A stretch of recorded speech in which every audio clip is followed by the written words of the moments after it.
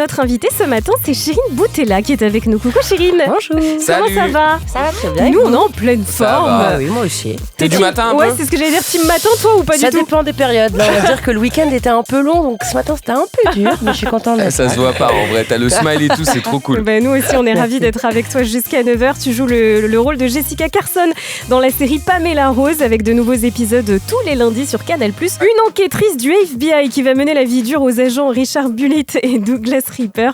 Joué par Kad Merad et Olivier Barou, le duo retourne sur le terrain pour essayer d'arrêter un mystérieux tueur en série qui s'attaque à des youtubeurs. On écoute la bande-annonce. Laissez-moi vous présenter notre nouvel atout charme. Je ne suis pas un atout charme. Je suis un atout tout court. Comment vous l'ajoute? Il ne faudra surtout rien dire, même sous la torture. Joli. Sans mandat, je peux pas vous aider. J'ai le droit de vous coller en tôle ou un petit groupe de néonazis ferait un plaisir de vous lustrer le sillon interfessier. 9 C'était pas facile à épisodes. dire. Ah ouais, c'est ce que j'allais dire. Celle-là, elle est vraiment pas simple. 9 épisodes de 30 minutes. Alors, à la base, mais qui a tué Pamela Rose? C'est un film sorti en 2003 que beaucoup considèrent comme un classique de la Ouais. comédie, au même titre que La Tour Montparnasse Infernale ou La Cité de la Peur. Est-ce que toi, tu connaissais ce film-là Ah avant? bah évidemment. Ouais. Ah oui, je Qu'est-ce qu'il connaissais représentait le pour 1, toi? le 2. Ouais. Bah, c'est les humoristes que je regardais Ouais. quand j'étais plus jeune, quoi. J'étais hyper fan de l'humour absurde de KDO. Ouais. Et donc, quand des années plus tard, on me propose de passer le casting, je suis comme une gamine. Et d'ailleurs, le jour où je passe le cast, je suis hyper impressionnée. T'es stressé Ouais. ou pas? Bégué, mais de fou. Genre, même Kad, à un moment, il me disait, vas-y, détends-toi, tout va bien. Ah ouais. Et il me mettait hyper à l'aise. Et j'étais là, oui, mais vous m'impressionnez trop, en fait. Mais ce qui est fou, c'est que j'ai vu une interview de Kad Merad qui raconte qu'il a su rapidement que tu étais la bonne Ouais. personne pour incarner Ça, j'avoue, ça Jessica. m'a bien saucé, ça. Donc finalement, ça s'est plutôt bien passé. Bah écoute, oui. Oui, Mais- non, ils me l'ont raconté, ça m'a rendu très fière, ça m'a bien nourri l'ego. Ouais. Mais ouais, le gars m'a dit qu'en fait, ils avaient ouais. senti que, du coup, je suis ravie et je suis trop contente qu'ils m'aient choisi. Eh, c'est la classe. Fière. Mais entre nous, Très c'est honoré. qui le plus sympa entre Kad et Olivier? Écoute, ils sont tous les deux très différents. Non, ça passe pas, Je ça. te jure, ils sont Ouais. vraiment très différents. En fait, Ouais. je pensais pas que c'était comme ça. Pour moi, c'était vraiment le duo tout le temps qui, Ouais. enfin, le duo, Déconne, tu vois. ouais, grave. Et en fait, il y a Kad qui est vraiment balèze, qui est là, chill, qui raconte des blagues, qui se balade sur le plateau. Et t'as Olivier qui est vachement plus carré, sérieux, qui est vachement plus carré. travail, qui se pose pour qu'on se concentrer et tout. Donc ils sont très différents, mais quand tu les as sur le plateau en face de toi et que tu tournes avec eux, c'est Ouais, différent, mais c'est très, du très, régal. très Bah, complémentaire. évidemment. Casting très varié aussi, parce qu'il y a des talents du cinéma, dont Kad Merad, Olivier évidemment, et de l'autre des talents d'internet. Alors Mister V, qu'on ne présente plus, Ouais. Seb, aussi anciennement Seb Lafrite. Toi aussi, alors comment ça se passe sur un plateau quand en fait on vient d'univers complètement différents comme ça? Comment on arrive à travailler ensemble? Bah écoute, ça se fait assez naturellement, sachant que Yvick, par exemple, donc Mister V, était aussi un très très grand fan. Alors pour le coup, lui, Ouais. c'est un fan de fou. Il est complètement malade. Donc il y a vraiment Fan un du vrai film et du fan duo, de KDO ouais, et, ouais. et des Pamela Rose, Camoulox, quoi. tout ça. Ah mais de fou, il a les répliques par cœur, ouais. c'est impressionnant. Même moi, j'avoue, j'étais un peu jaloux, je me disais merde, il les a impressionnés plus que moi. Il brille plus que moi. Ah, le saligo. Mais tu vois, et en fait, tu prends vachement plaisir parce qu'on est tous hyper heureux d'être là. Donc c'est assez fluide finalement. Il y avait beaucoup d'impro. Moi, mon personnage moins. Et en fait, j'ai eu la chance aussi de tous les croiser. Enfin, Seb, non, le côté youtubeur, Ouais. non. Mais Yvick, par exemple, on a eu quelques scènes ensemble et c'est que du kiff en fait. Parce que t'es mort de rire tout le temps. Et en plus, t'as KDO qui construit des choses au fur et à mesure avec de l'impro. Toi, t'es derrière, tu fais. Wow, Donc toi, t'avais pas d'impro, t'étais vraiment sur tes textes. bah non, ouais. en fait, mon perso, je pense que vous l'avez vu, mon Ouais. perso, Ouais. c'est la meuf sérieuse, Ouais. carrée, c'est la seule normale, en fait, de tout ce monde fou. Ah, Bah. ils sont tous tarés là-dedans. Voilà. Et du coup, à chaque fois que moi je disais, ouais, mais tu vois, genre, je me sens un peu. Enfin, tu vois, j'ai l'impression qu'elle est un peu relou, elle est pas Non, drôle. ouais. Elle me disait, oui, mais c'est le rôle, donc s'il te plaît, reste là-dedans, laisse-nous nous faire les blagues. Mais en Et vrai, toi, tous les j'étais là, spectateurs, c'est ils s'identifient à ton perso parce qu'ils permettent d'entrer dans le. Tu vois, ils Ouais. permettent d'entrer dans leur univers, tu vois, Ouais. parce que personne n'est aussi fou que Kad et Absolument. Olivier, tu vois. Absolument. Même personne n'est aussi fou que Panayotis Pasco, Ah en ouais. vrai. Il paraît Lui- que t'as lui, lui aussi, il a un grosse découverte, privilégié. hein. Ah ouais? Ah ouais, pareil. Petit coup de cœur. Ah oui, franchement, on a eu des scènes vraiment charmées ensemble. Dans le bureau de Jessica, par exemple, où Ouais. pareil, le mec, en fait, ça montait crescendo. D'abord, il faisait un tout petit truc, et puis après, il en rajoutait jusqu'à la fin. On lui dit, bon, ok, bien, on Calme-toi. redescend un peu, on va trouver l'équilibre, mais il est complètement fou. Et il a aussi ce sens de l'impro, de folie, où il se met à hurler d'un coup, son visage à 2 cm du tien, et c'est très dur de se retenir et de continuer à être sérieux, tu vois, mais très belle découverte, on a bien rigolé. Vivi disait tout à l'heure, c'est une enquête sur un tueur en série de youtubeurs. Et mine de rien, ça fait forcément penser aux relations, tu sais, entre les créateurs de contenu et leurs fans, entre guillemets. Il y a pas longtemps, il y a le youtubeur Inoxtag qui a râlé parce qu'il a acheté une maison cet été. Il y a des gens qui arrivent à minuit chez lui, qui sonnent et tout. Toi, je t'ai vu là pendant que Mike faisait son mix. Tu parlais à ta commu sur ton portable. C'est quoi ta relation avec ta commu ? Oh, écoute, elle a pas mal évolué. Ouais, aujourd'hui, c'est OK. Aujourd'hui, c'est OK. Ouais, aujourd'hui, c'est OK, mais elle a beaucoup évolué. Je pense que c'est aussi mon âge et ce que je partage, tu vois. Au final, franchement, pour ces raisons-là, parce qu'on ne sait jamais. Maintenant, je fais hyper attention de ne pas poster, par exemple, dans un endroit où je suis avec mes proches. Bon, là, c'est trop tard, c'est fait, je suis avec vous, mais après, en temps normal, faut le vouloir je pour garde. monter dans la maison de la radio. Donc ici, c'est tranquille, tu vois. Donc maintenant, vraiment, je fais attention, je poste plus tard. Parce qu'on ne sait jamais. On ne sait jamais, grave. Et le tournage de la série a eu lieu en France, et c'est ça qui est assez fou, parce qu'on se croirait vraiment à Washington. Incroyable. Mais comment vous avez fait pour trouver des décors qui écoute, il y a soient des gens aussi dont c'est le métier et je pense qu'il va. Enfin, je crois que je l'ai jamais rencontré la personne qui a fait le repérage, mais oui, même moi, je me suis dit. Il y a des villes en France, ça ressemble aux States en fait. Incroyable. Et genre même pas. Enfin, c'est réel quoi. C'est pas des studios. Le seul truc qu'ils ont reconstruit, c'est le bureau du FBI que j'ai trouvé aussi exceptionnel. Nos bureaux sont magnifiques, mais tout le reste en extérieur, c'est en France quoi. Ouais. Incroyable, même si j'aurais kiffé aller aux États-Unis tourner, mais bon, c'était quand même très bien. Comment tu décrirais justement Jessica, qui est pas hyper bien accueillie par ses collègues, on va pas se mentir. Pourtant, c'est la plus maline. Eh ben justement, c'est ça le problème. Non, je la décrirais comme une meuf ambitieuse, intelligente, qui se laisse pas faire, qui a pas peur de prouver, de chercher sa place et de prouver ses capacités, et qui est pas impressionnée par les anciens, parce qu'au final, voilà, elle sait que c'est la fraîcheur, elle sait qu'elle est maligne, elle sait qu'elle a un bon esprit de déduction et elle fonce direct quoi. Elle te ressemble ou pas dans la vie ? Un peu, ouais. Un petit peu ? Un petit peu quand même, pour ce côté justement un peu où tu fonces, c'est pas grave, même s'il y a le mur en face, tu vas aller parce qu'il y a cru à un moment et puis jamais lâché. Ouais. Jamais lâché quoi. On l'a entendu dans la bande-annonce, tu es présenté comme le nouvel atout charme du bureau de Washington. Non, comme un atout tout court. Voilà, c'est ce que j'allais dire. Et c'est ce que j'allais dire, et du coup tu les reprends. Bon, évidemment, ça sert l'humour du film, mais ça renvoie quand même à l'actualité, aux affaires de sexisme dont on a entendu parler dans le milieu du cinéma, mais aussi partout ailleurs. Est-ce que toi, t'en as déjà été victime ?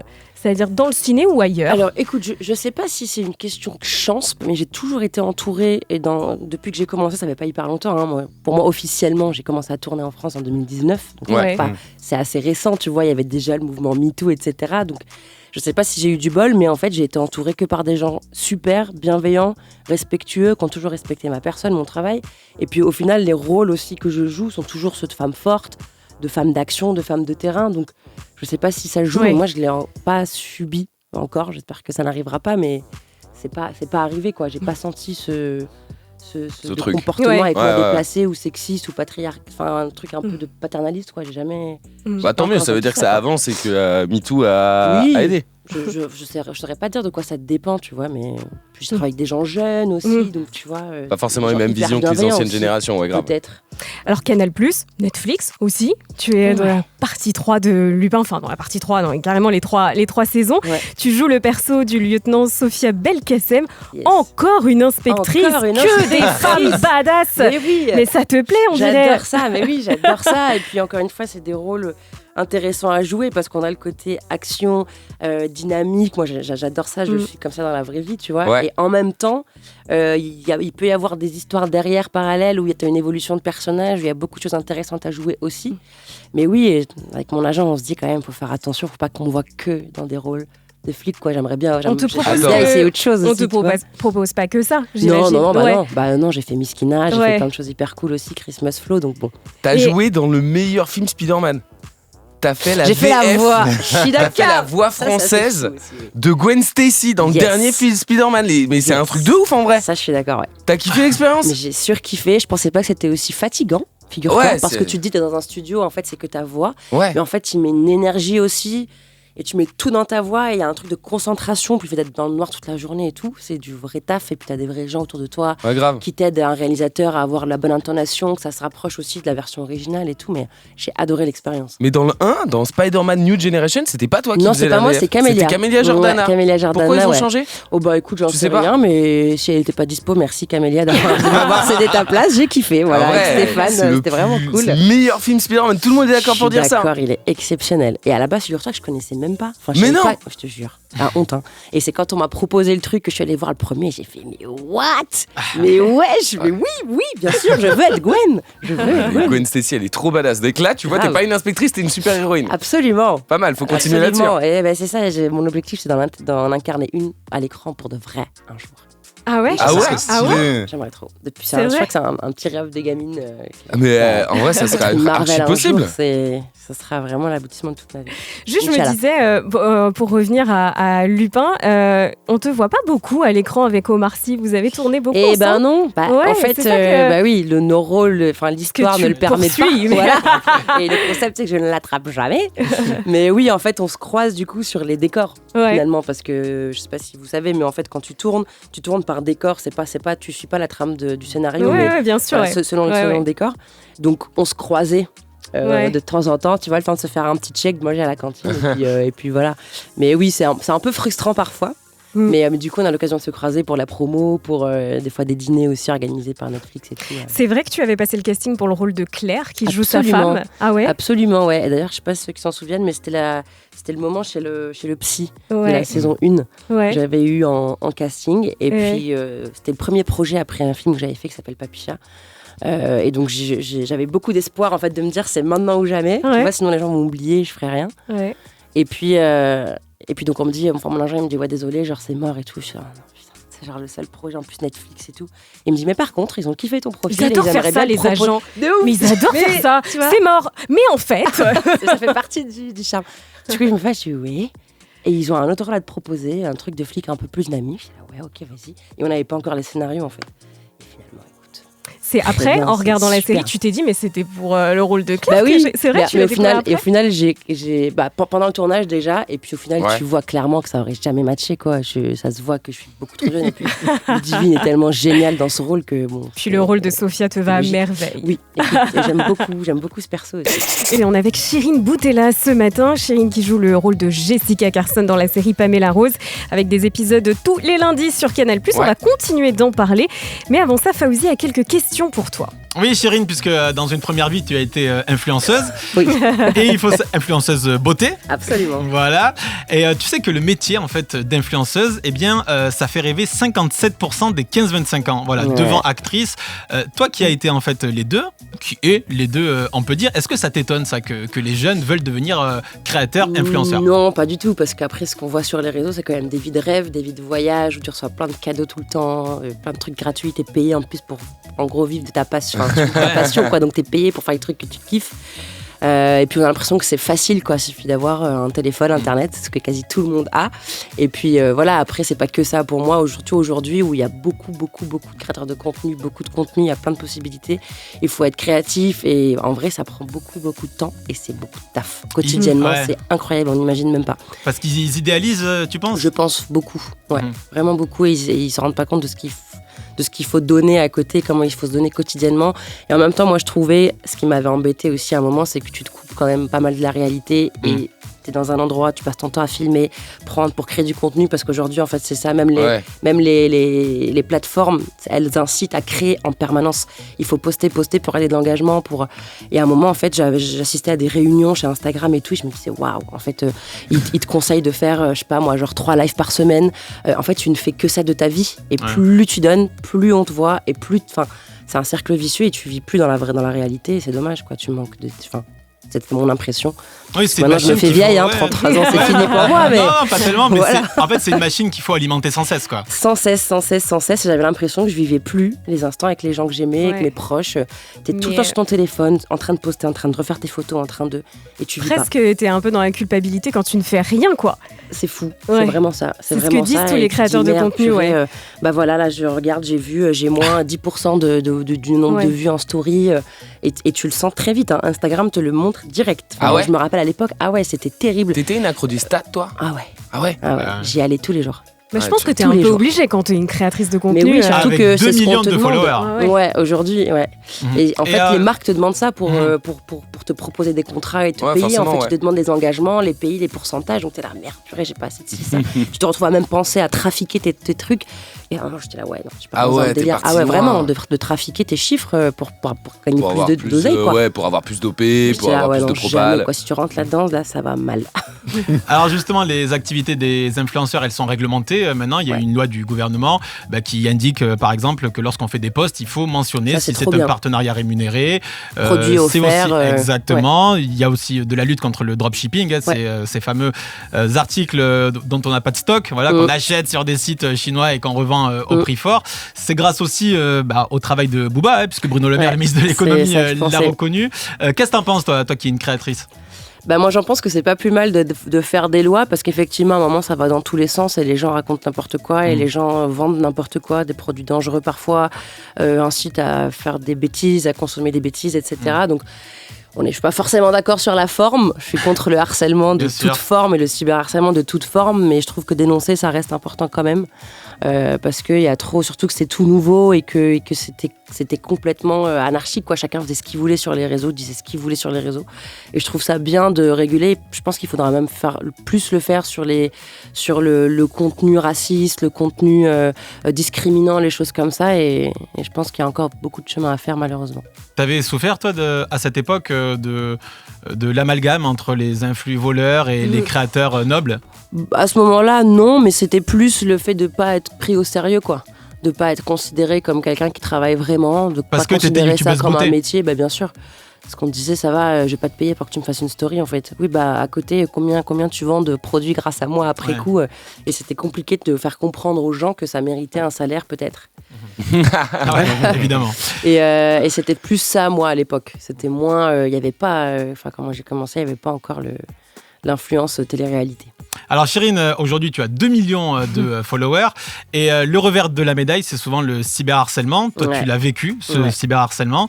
Tu l'as vécu parce que tu es une femme d'origine algérienne. Tu l'as aussi vécu tout simplement parce que tu es une femme. Comment tu as vécu un petit peu cette période? Très mal. Normal. Non, c'est très dur, c'est très très dur. Même si tu t'arrives, je sais pas comment expliquer, tu arrives à avoir du recul en te disant ce n'est pas personnel, je sais pas comment l'expliquer, t'arrives à prendre du recul en te disant c'est pas les mots qui me touchent, mais c'est le fait que ça soit là, en fait. Je comprends pas comment je pouvais attiser autant de méchanceté et de haine. C'est pas tant les mots qu'ils utilisaient, même si je me prenais des insultes vénères, ils insultaient mes parents, ma mère, Ah oui, à ce point-là. C'est choquant en fait de voir autant de haine alors que t'as rien fait et que à leurs yeux, si, mais c'était choquant. Et donc, à un moment, je me coupais des réseaux sociaux pendant plusieurs mois. Et j'avais beaucoup de mal, en fait, à me sentir à l'aise et à vouloir encore partager. Parce qu'avant, je kiffais vraiment partager des choses avec... J'avais une communauté hyper chouette, avec plein de meufs hyper cool, avec qui j'échangeais vraiment en privé et tout. Et j'ai l'impression que j'avais plein de copines partout dans le monde, tu vois, c'était assez chouette.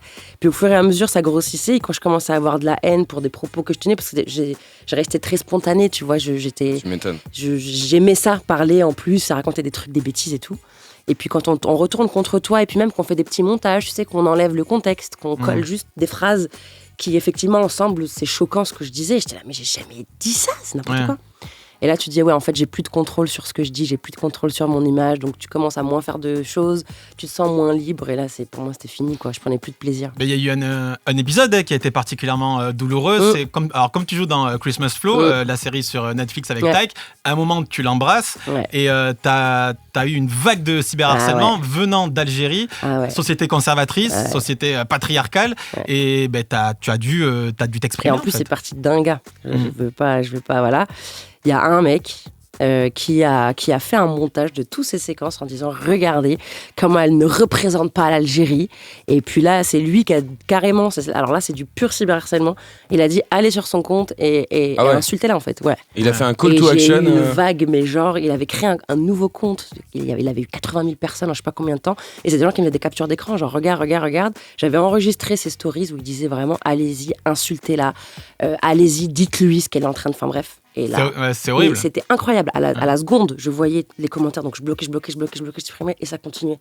Des centaines et des centaines, je devenais ouf. J'ai passé la nuit quasi à faire ça, nuit blanche, à bloquer, supprimer, je savais pas quoi faire. En plus, c'était vendredi soir.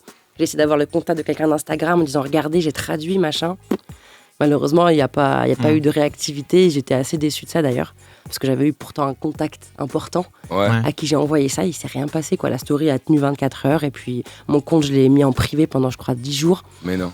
c'était horrible, vraiment T'as pas pu très porter dur. plainte après ou un truc comme ça Bah tu sais, je suis en France, ça se passe en Algérie, j'ai pas connais pas envie de donner de l'énergie. Et puis en réalité, à un moment, j'avais fait le choix et aussi je savais très bien aussi où j'allais parce que ma communauté était principalement algérienne Ouais. et que j'avais jamais fait de projet comme ça et que c'est quand même ils attendaient de moi en tout cas des projets plus pudiques peut-être ou je ne sais pas trop, mais au final c'est ma vie, je ne représente personne à part moi, c'est mes projets, c'est mes choix.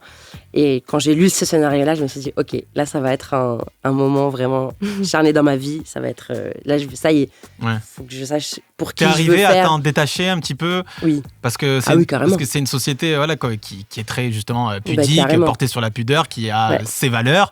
Ouais. Et du coup, comme tu es d'origine algérienne, on t'a mis au banc un petit peu. Absolument. Et oui, carrément, parce que comme je t'ai dit, j'étais consciente que ça allait vraiment basculer à ce moment-là, que j'allais vraiment plus pouvoir faire, par exemple, des projets là-bas. Je savais que je risquais de plus pouvoir travailler là-bas. Mais c'est un choix que j'ai fait et je l'assume complètement et je suis très fière de mon parcours. Et encore une fois, c'est mes valeurs à moi, c'est mes principes à moi et c'est mes choix à moi surtout. Et je ne représente personne d'autre que moi, encore une fois. Ouais, Chérine, toi qui es née en Algérie, cette société, tu la connais bien. Il y a quelques années, c'était en 2018. Il y a eu ce qu'on appelle le Hirak, une sorte de printemps arabe pour plus de liberté. Soul King avait chanté la liberté. Hein. La liberté. J'en ai des frissons. Ça, c'était exceptionnel dans les rues d'Alger. Dans les rues d'Alger, les gens parce que tu y étais en fait. Enceintes. Oui, je suis rentrée 2 fois exprès pour. Parce que je voulais participer à ça, quoi. Je voulais participer au changement, à la nouvelle Algérie. Surtout que pour moi, c'est ma génération, quoi. C'est la jeunesse qui a soif de nouveauté, de liberté, de fraîcheur.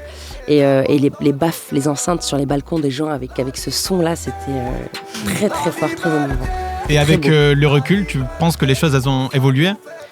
Bah écoute, honnêtement, avec tout le harcèlement que je me suis pris par la suite et tout, il y a eu un truc où... Une cassure. Ouais, une espèce de cassure où je me suis dit, ok, bah vas-y, maintenant je vais me mettre un peu dans ma bulle pour me protéger, en fait, finalement.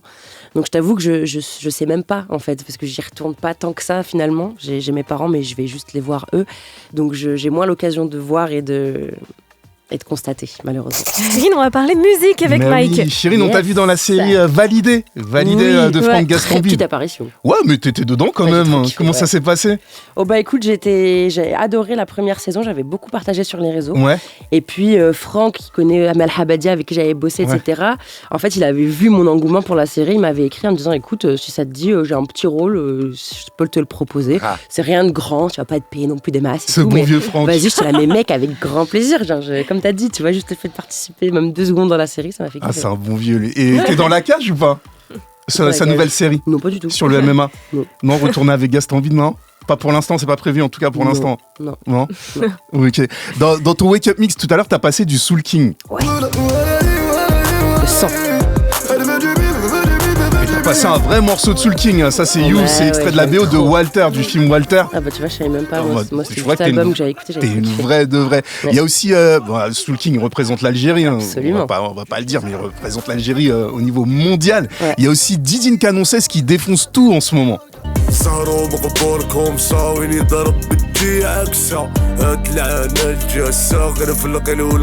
Tu suis un peu la scène algérienne ou pas ?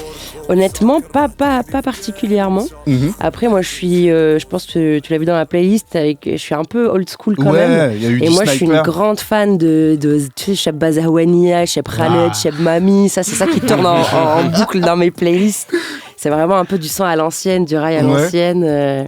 Cheb Balimiti aussi, encore un peu plus loin, mais tu vois. Moi, je suis un peu plus. Je t'avoue que je suis pas. Enfin, je sais même pas où chercher. Tu vois, j'écoute pas assez d'ailleurs. Des fois, moi, c'est ma sœur qui me fait découvrir en fait. C'est vrai. Big up à ta sœur. Quoi. Ouais, franchement, merci Senda. Big up à ta sœur. Ouais. Et en 2021, t'avais tourné donc avec Tac, le Christmas Flow qui avait déchiré sur Netflix. Ouais. Là, il est sur le point de sortir un nouveau projet avec Dadju. Je sais pas si t'as suivi ça. Ils ont envoyé sur ses réseaux un peu. T'as vu ? Il y a eu une espèce de teasing où ils étaient en embrouille. Ouais.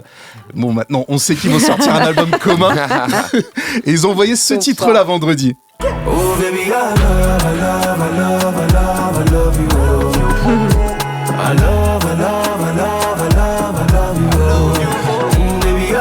Dans les sons que t'écoutes, il y a des sons de Lover comme ça ou pas? Ça va rentrer dans ta playlist? Bah écoute, honnêtement, le temps, il l'avait lancé pendant le tournage et on était avec lui ce jour-là. En fait, non, c'est pas avec lui, mais il nous l'avait annoncé. J'ai regardé les réseaux et je voyais son live. Le gars, il est monté genre à 40 000 personnes sur son live en l'espace de 5 minutes, tu vois. Et il a balance le temps. Et depuis, c'est dans ma playlist et ça me rappelle les bons souvenirs de tournage. Ça s'est passé comment, justement, le tournage avec Taïk? Eh ben, écoute, c'était spécial, on va dire, parce qu'il vient quand même du monde de la musique. Ouais.